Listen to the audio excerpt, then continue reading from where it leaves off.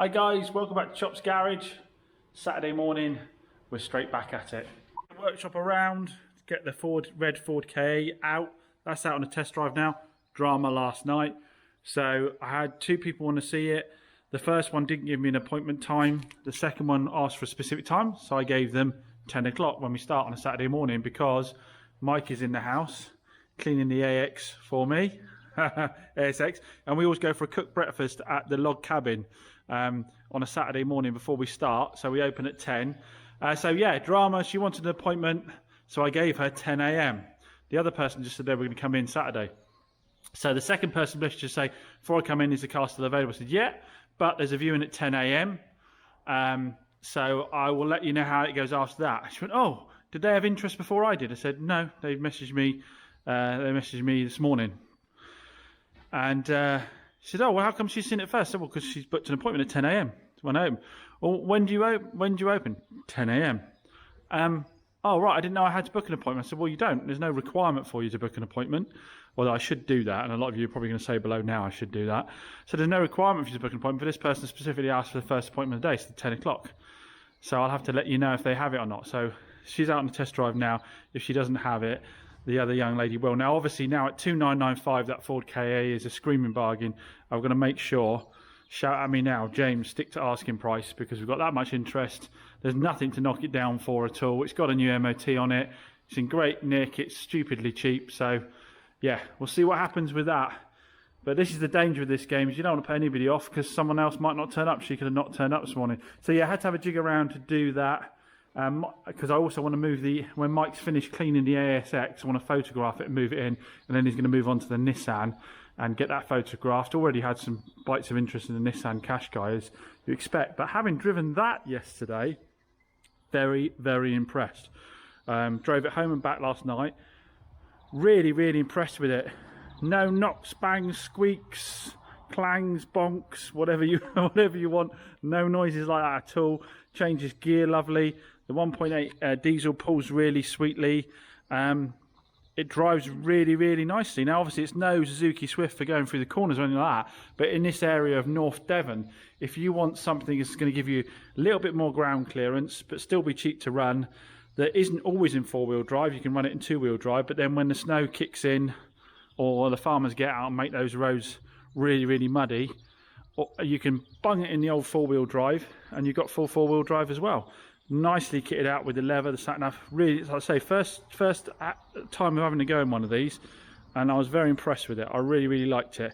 Still think I prefer the 1.5 diesel to the 1.8 in this. Not sure why. That actually probably is a little bit quieter and a bit smoother, being a bigger engine. But yeah, I still think I like the punch of the 1.5. So hopefully we can get those two up for sale today, but busy as always. I've got a ton of paperwork to do as well, so that's why I've got Mike doing that, because I've got to really catch up on paperwork as well. Oh, people have been asking about the Yeti quite a bit. I couldn't refurb the alloys because the lock and wheel nut's missing, so I've got to nip it down to Phil's on Monday, get him to whip off the lock and wheel nut so I can refurb the alloys. As soon as I've refurbed the alloys, we'll then get Phil to do an MOT. I've got a last couple of bits of trim for it because the cover for the washer jets I bought fell off at some point. I don't know when. I just clipped it on, but I probably should have glued it on as well. And then I just want to redo the valet on the inside. Like I say, it is pretty darn clean, but I can take it up a level, and then it'll be up for sale. And I think these four-wheel drive with like 70,000 miles on this plate, I think they're in the 7.5 range mark, something like that, maybe even a bit more. So those of you that have had some interest in it, that's the kind of price point it's going to be at. I have had a few inquiries from subscribers recently that, no disrespect, seem to think that all of my stock is going to be $5,000 or less. No, obviously, age, miles and value of vehicle does have quite a large impact on what the price point is. Now we're doing a bit more of a mixed bag of stuff. So we had a test drive in the truck yesterday. Gentleman took it out, the one that booked the appointment. So yeah, thumbs up to him. He turned up when he said he was. He was a serious buyer. He just wants to go away, he says, and check about whether this tyre lift kit side of things will have any impact on his insurance. I don't think personally that he's going to go for it. His wife was quite heavily pregnant. He's got a 2 cab at the moment, not a 4 cab. But with this being lifted and stuff, it may be that they don't want the hassle of getting in and out of a bigger vehicle. This will sell straight away in a heartbeat to the right person, but the market for obviously smaller than if it was standard, I would think. So this may not be a flyer. I've got it at a very, very keen price, but it will still take the right person who's buying with their heart probably rather than their head. Oh, a few of you asked about the SLK, mother-in-law's SLK. I have done a full walk around video of this as well on my it's on my Facebook page, CG Car Sales on Facebook. It's also on my CG Car Sales YouTube channel, a full walk around on this if anybody's interested. But the price is $3,995 on that. So the 4K sold to that young lady, loveliest lady, young lady called Molly. I came with her stepfather, I think it was. Lovely pair. Yeah, we had a really nice long chat. Probably sale took probably a lot longer than it should. Too much chatting. Full asking price because they recognised it was a bargain. So yeah, sold straight away. Now, I then had to let the other young lady know that it's sold. Oh my word, not a happy bunny. Messaging me, complaining about my service. Complaining I should have given her the opportunity to see it first. Now, bear in mind, she messaged me on Wednesday and said she wanted to come on Saturday, but couldn't give a time. She could have come Wednesday, Thursday, Friday to see the vehicle. She said somehow I prevented her from seeing it. I'm not sure how I did that. I should have given her first refusal. So I messaged back politely, said, look, I can understand you're disappointed. I'm sorry to disappoint you here, but I am here to sell vehicles. I said you had an opportunity to come and see it before Saturday if you wanted to. You had an opportunity to place a deposit on the vehicle, to hold the vehicle. And you had the opportunity to book an appointment at a specific time. This person booked a specific time for an appointment. They came, had that appointment, and decided to purchase the vehicle. So as much as I appreciate you are disappointed, I think I was more than fair. So we'll see if I get a negative review on something or other. So we'll see if I get a negative review on something or other. Bless, Molly was here while I was doing that. And said, don't you worry, I'll counteract that with a positive review because you're great. Bless her. Anyway, so because I was literally messaging her as Molly was sorting her insurance out to let her know that the car had sold so she didn't set off and have a wasted journey. But this is the game we're in, guys. At the end of the day, it could have quite easily that neither of them turned up. So I have to sell to the first person in front of me that pays up. Now, in the meantime, the gentleman that saw the pickup truck messaged me and said, James, I'd like the truck. So it looks like I was completely wrong about that it is suitable for him. He wants to pick it up on Saturday. I'm going to stick a new MOT on it because it's got 5 months left on it. But I think it might be just coming on 6 months. But I just get it down, get it MOT'd and check out what score is it, because a lot can happen in that period of time, although it's done no miles at all. I'll have some peace of mind on the vehicle then. We'll get it down. So I said I'd do a new MOT as part of the deal, $14,995 for the truck. So way more than I said initially, isn't it? But then I was going to sell it initially without a new MOT, and I was going to sell it trade only without any warranties, and it wasn't going to be a retail sale. So, but obviously that isn't out the door till Saturday. So until it's actually out the door on Saturday, it doesn't count as a sale because the money hasn't hit my bank account. But obviously that is a much higher value than a lot of vehicles I sell. So having the money back in the bank account, that'll be nice. Just had a message from my main dealer guy. On a 2016 Corsa, he wants to offer me now. I'm not too keen on that. I'm going to tell him he can offer it out to his other dealers if he likes, because that might keep some of them happy. Just because, one, I don't have the best track record with Corsas. Two, 2016 is a bit new for me, so it could sit around. I don't really need the stock right now, unless it's one I just trade on. This is a good instance where buying that car and just simply trading it onto another dealer, sticking a couple £100 on top or whatever, is probably worth doing. So if it helps him out and gets out of his way quickly and gets the money back in it for it, I'll do it, because it obviously keeps him happy, and then I keep getting off of the other stuff. Right, guys, it's time to bust out the trusty Top Don again, because for the first time ever, the little Suzuki Swift has thrown a code. Gosh, look at the cars. They're covered in sawdust from the sawmill. I don't know what's going on. The sawmill is throwing stuff out everywhere. Everything's absolutely covered in it. Anyway, yes, so I was hooning the old Swift into work a day or so ago, because I drove the Mitsubishi that Mike's hard to work out over there. Moved it in and out of the sunshine now because it's blazing sunshine. Yeah, for a code on the way in. Never had that before. Look at this, even the flipping Keyless entry works on this little blower. Need to grease the hinge there. Oh, it's baking in there. Yeah, so for a code, I came around a corner, wasn't going particularly fast or anything like that. Threw an engine code up, I stopped the car, started it again, and the code came back up. So we better find out what the score is with that. So we've got the little Bluetooth dongle here, so that we can sit in comfort while we're doing, not worry about the cable. Just got to find out where it is again, because I think it's under here somewhere. It's just there. Just there. There we go. Let's get the... Oh, get out the sun a sec.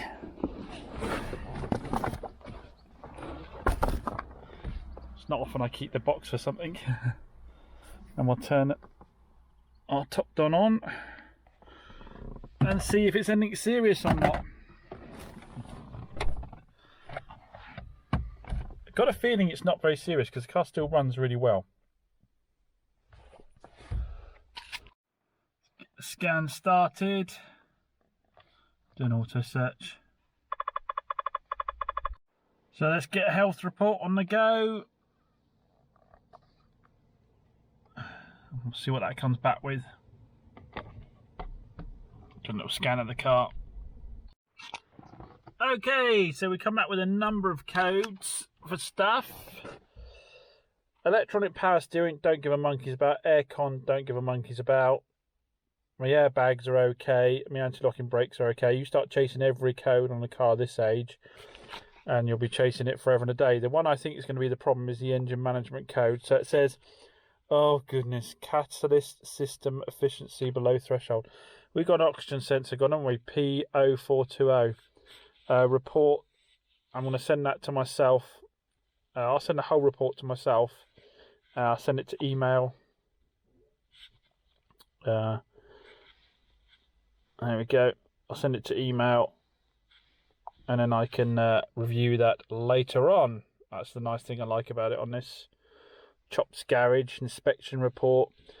Engine speed signal, airflow control actuator or circuit, air conditioning refrigerant pressure malfunction, catalyst system below threshold. So I suspect that it is the engine control module 1 that's going to be the problem. I suspect. If I click on it, it's going to go to Google, and it's going to tell me catalytic converter fault. Oh, I hope it isn't catalytic converter. I really don't want to have to do that. So it goes to Google and finds reports on similar things. Can be thrown when one of your oxygen sensors not running properly. How to fix the code. That's a generic one. So we could go into live data and read live data. See what's going on with that. I don't know if I've got time to do that now or not. Right, I've got one straight away for the engine control module. We'll just let it finish the rest of its scan off first. So predictably, our young lady has now threatened to leave me a poor review for my customer service. I explained to her that she had any opportunity to come and see the car before that point. She had an opportunity to book specifically, but apparently it's my fault for having poor communication, not getting back in touch with her to know exactly what was happening with my business as a whole in terms of what bookings I had. So she's now threatening to leave a negative review for someone that's never been to the premises, never looked at a vehicle, never bought a vehicle, and who's someone who's upset effectively with themselves for not coming to look at the car earlier. But we live in that world now, and I have actually messaged that back. Normally I wouldn't bother messaging back, and I probably shouldn't bother messaging back. But I have messaged back on this occasion, and I've said, unfortunately, we do live in a world now where people seem to feel it's acceptable to use reviews as a threat when they don't get their own way. So I'll be sure to respond to it. I'm not really losing any major sleep over it, to be honest, guys. She told me that I won't have a successful business, and I won't sell many cars the way I do business. Interesting concept when all of you have seen the growth of my business and all of you have seen how happy my customers are with me. So, but it was always going to happen at some point. I'm surprised it took this long, to be honest. I'm surprised it took a couple of years of full-time training for it to happen. But there you go. It is what it is. It is what it is. So while I've been dealing with that, Mike has cracked on with the ASX, and as we suspected, it's coming out really, really well. Alloys are unmarked, bodywork's in really, really good nick. Corners of the bumpers are good. There's only that one bit, I think, that's going to polish out that when I get the polisher on it. It is only this one, where was it? This one front corner here. A couple of little touch-ins. Mike's doing a detail on the engine bay now as well, and he's gone through the inside of it. Look at that, looking really, really good. We knew the interior was going to come up well. It just had a lot of dirt, needed hoovering up in it, but you can see all the carpets have come up bang on. All the leather's good. It's a cracking little car, this one. Liking this one a lot. So the end of another busy Saturday, guys. Decent deposit's been put down on the truck, so I'm feeling fairly confident about that being completely paid that straight away, so that's good. Mike finished the ASX. It's come up really, really well. We had a feeling it might. Mike's gone to town, he's done all the blacks. It's hard for me to hand this over to someone else because the valeting thing is one thing I do like to do myself. I've got very specific standards for it, but I'm pleased to say Mike is the first person to have met them, to be honest. Well, that said, the other valets I paid for have been cheaper ones. He's literally done a full day on this. But he, even to the point of recolouring some of the leather here on the warm bolsters. Obviously done all the plastics inside as well. Properly got behind all the seats and so forth to get them all cleaned up. So I'm pretty sure the other guys that I had, I think Mirror Finish would have done to this standard if I paid them the same level of money. I only paid them for the quick valets, but oh, he's even cleaned there. Look how clean all that is. Done a lovely job. Done a lovely, lovely job. All in the shuts, oh good, he's done that. Not many I find do that to the same level as me as well. Sounds very geeky, I know, guys, but I do take great pride in the preparation of the cars. Yeah, looking good. He did all that for me. That all buffed out, so that's nice. So it. Oh, I nearly forgot. So we're through cleaning this out, and Mr. Kia Blue, Kia Seed Estate popped by, my regular visitor, and said he saw this being transported over here, and he knows the previous owner on this car. Says he had it for a really long time, and it was a well-loved, looked-after car. So that was a nice, encouraging thing to hear, and you can see it really from having a look around it. So yeah, turned out to be a really, really nice little car. That what I'm going to do is I'm going to clear those codes, and then I'm going to drive the car again and see if they come back, and just see if it's had a little bit of a brain fart. Let's go. Yes, just going to go through and clear the codes now.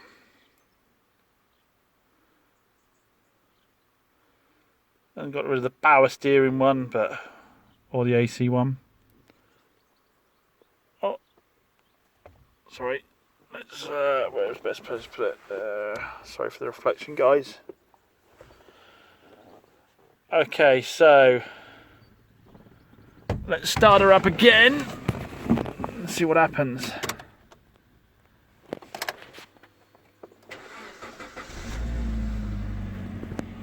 Well, obviously the code is gone now.